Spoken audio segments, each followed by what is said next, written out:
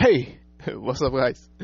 Tonight's topic is Russia's small nuclear arms are risky options for Putin and Ukraine alike. Okay, President Vladimir Putin of Russia has 2,000 small nuclear weapons, but their utility on the battlefield may not be worth the longer-term cost. Okay. And well,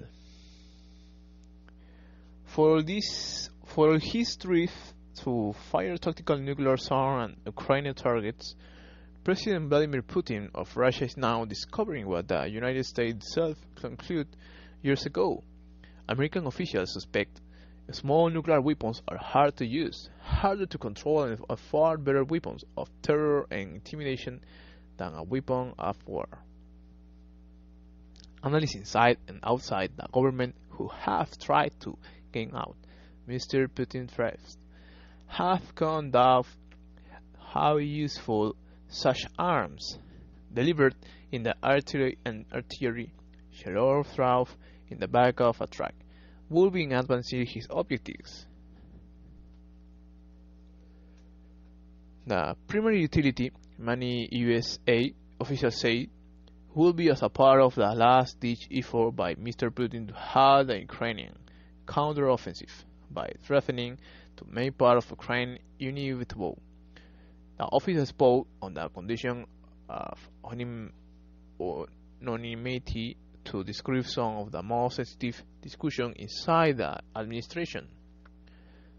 The scenarios of how the Russians might do it vary widely. They could fire a shell 6-inch with wide from an entirely gun on Ukrainian soil, or a half-ton warhead from a missile located over the border in Russia. The targets could be Ukrainian military base or small city. How much destruction and lingering radiation will result depends on factors including the size of the weapon and the winds, but even a small nuclear explosion could cause thousands of deaths and render base or a downtown area uninhabitable for years. Still, the risk for Mr. Putin could easily outweigh any gains. His country could become an international pariah, and West would try to capitalize on the detonation to try to bring China and India and others who are still buying Russia oil and gas into sanctions that they have resisted. Then there is a problem of prevailing winds. The radiation released by Russia weapons could easily blow back into Russia territory. For months now, computer simulations from the Pentagon, American nuclear labs, in the intelligence agencies have been trying to model what might happen and how the United States could respond. It is no easy task because tactical weapons come in many sizes and varieties, must with a small fraction of the destructive power of the bombs the United States dropped on Hiroshima and Nagasaki in 1945. In a fiery speech last week for the Blaster Menace, Mr. Putin said that those bombings create a precedent. The modeling result, one official familiar with the effort said, very dramatically depending on whether Mr. Putin targets is a remote Ukrainian military base, a small city, or demonstration blast over the Black Sea. Great secrecy surrounds Russia's arsenal of tactical arms, but they vary in size and power. The weapon Europe is worried the most about is the heavy warhead that fits atop an Iskander missile and could-reach cities in Western Europe. Russian figures by the smallest nuclear blast from the Iskander payload and roughly a third of the Hiroshima bomb explosive power. Much power is known about the tactical weapons designed for the American arsenal back in the Cold War. One man in the late 1950s called the Davy Crockett after the Froister man who died at Alamo.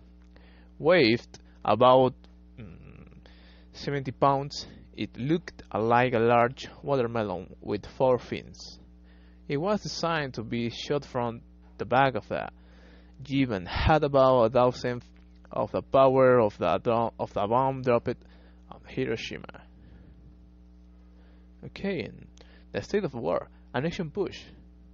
After Moscow's proxies conducted a series of chain referendums in the Ukrainian regions of Zaporizhia, Kherson, Luhansk, and Donetsk, President Vladimir Putin declared the 4 territories to be part of Russia. Western leaders, including President Biden in the United States, denounced the annexion as illegal. Ooh. Retreat from key city. Russia's force withdrew from the strategically important city of Liman in Donetsk province.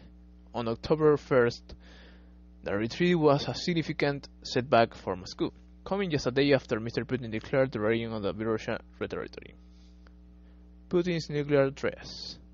For the first time since the Cuban Missile Crisis in 1962, top Russian leaders are making explicit nuclear threats, and officials in Washington are gaming out scenarios so Mr. Putin decided to use a tactical nuclear weapon. Russia's draft. The Chronicle has acknowledged that its new military draft is rife with problems. As the protests have erupted across Russia, recruitment centers have been attacked, and thousands of men have left the country. Okay, but as the Cold War progressed, while the United States and the Soviets developed hundreds of variants, there were nuclear depth charts to get out, submarines and rumors suitcase knocks, and at one point in the 1970s, NATO had upward of 7,400 tactical nuclear weapons, 94 times the current estimate Russian stockpile. By the time they were also part of popular culture, in 1964, James Bond defused a small nuclear weapon in Goldfinger seconds before it was supposed to go off.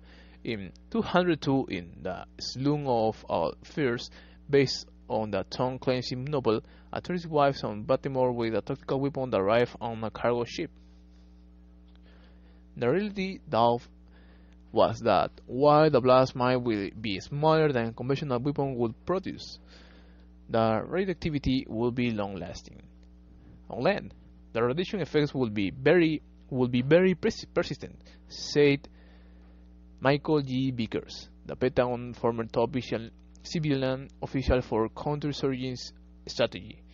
In the 1970s, Mr. Vickers was trained to infiltrate Soviet lines with a backpack-sized nuclear bomb.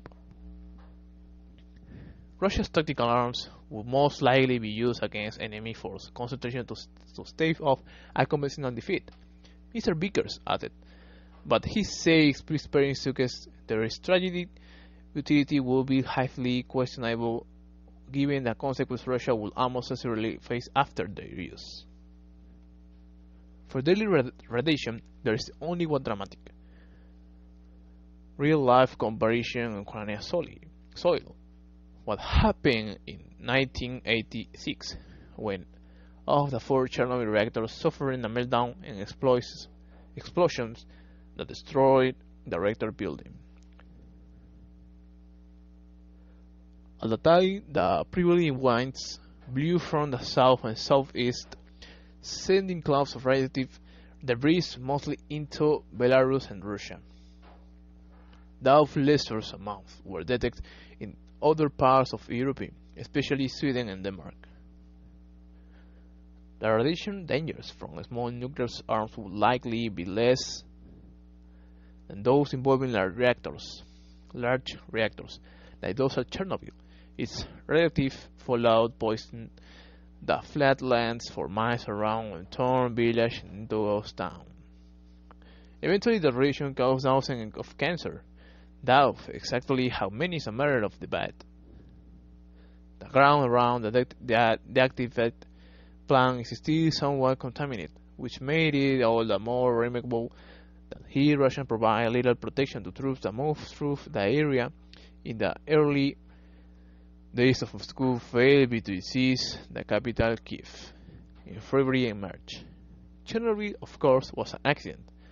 The detonation of tactical weapons would be a choice, and likely an act of desperation, while Mr. Putin's repeated atomic risks may come as a shock to Americans who have barely thought about nuclear arms in recent decades. They have a long history. In some respects, Mr. Putin is following a playbook written by the United States nearly 7 years ago, as if playing how to defend Germany and the rest of Europe in case of large-scale Soviet invasion. The idea was to use the tactical weapons to slow an invasion force, calling L. Powell, the former Secretary of State and Chairman of the Joint Chiefs of Staff, recalled being sent to Germany in 1958 as a young platoon leader, wherein his primary responsibility was tending to what he described, and in his memoir as a 280 mm atomic cannon carried on twin-track tractors, looking like a World War I Big Bertha.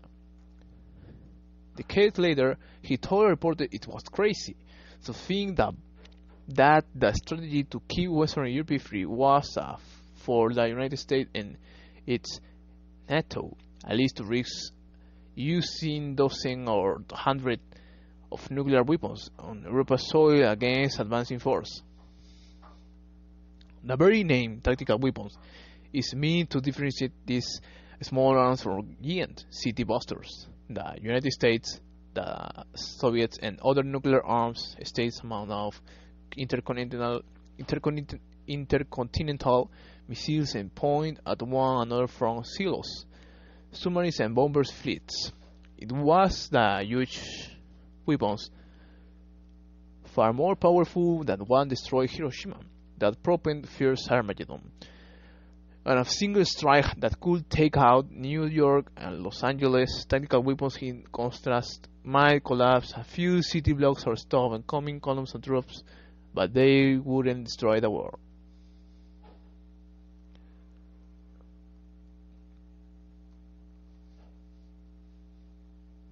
Okay. The possibility that he has sent strategies back to examining our doctrine now is escalated to this escalate. Meaning Russian troops would fire nuclear weapons to stun aggressors into retreat or submission. That is the escalate part. If the enemy retreat, Russia couldn't escalate. Of late, Moscow has used his tactical arsenal as a backdrop for threats, bullying, and bluster.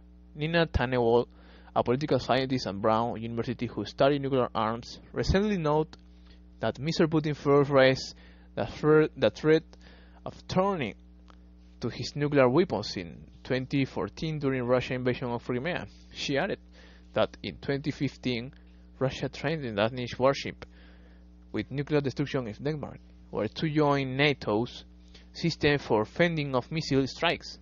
In late February, Mr. Putin called for his nuclear forces to go on alert. There is no evidence they ever did. Last week, the Institute for Study of War concluded that Russian nuclear use would therefore be a massive gamble for limited gains that would not achieve Putin's state war aims. At best, Russian nuclear use would freeze the front lines in their current position, enable the Kremlin to preserve its currently occupied territory in Ukraine. Even that, in conclude, would take multiple tactical nuclear weapons, but it wouldn't, the Institute conclude, enable Russian offensives to capture the entirety of Ukraine, which was, of course, Mr. Putin's original goal. Okay, is the end topic, and goodbye, guys, and see you in the next episode.